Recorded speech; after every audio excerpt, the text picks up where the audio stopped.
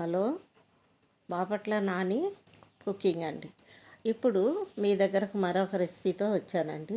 ఇప్పుడు ఇది చేపల పులుసు.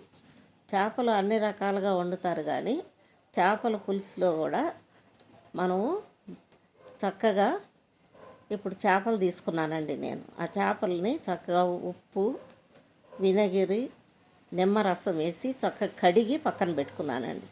ఆ తర్వాత ఉల్లిపాయలు, టమాటాలు తీసుకొని అవి కాల్చానండి. గ్యాస్ మీద కాల్చి అవి పక్కన పెట్టుకున్నాను. తర్వాత మనకు కావాల్సిన వస్తువులండి. చేపల పులుసులోకి ఏం కావాలంటే కారం, ఉప్పు, పసుపు, ధనియాల పొడి, జీలకర్ర పొడి, ఈ 4 వస్తువులు మనం తీసుకొని పక్కన పెట్టుకున్నాను.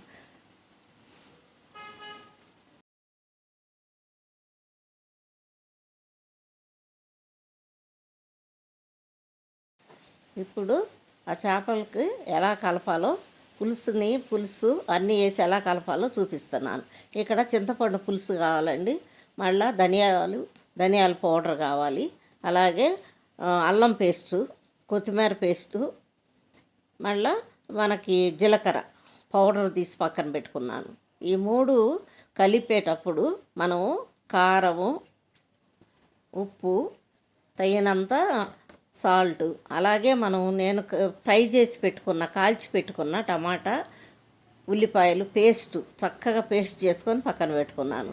పైన అంతా క్లీన్ చేసుకొని ఆ నలుపు అనేది తీసేసిన తర్వాత అప్పుడు పక్కన పెట్టుకొని ఆ యొక్క మిక్సీ పట్టుకున్న దాన్ని చేపల పులుసులో వేసి చింతపండు పులుసు, ఈ యొక్క ధనియాలు పౌడరు, పసుపు, కారం పౌడరు, ఉప్పు, అల్లం పేస్టు, కరివేపాకు, తగినంత అన్నీ కలిపి నూనె వేసుకొని అన్నీ కలిపేసానండి. కలిపి 4 పచ్చిమిరపకాయలు అడ్డంగా కట్ చేసి, నిలువుగా కట్ చేసి పచ్చిమిరపకాయలు 4 చేపల్లో వేస్తున్నానండి.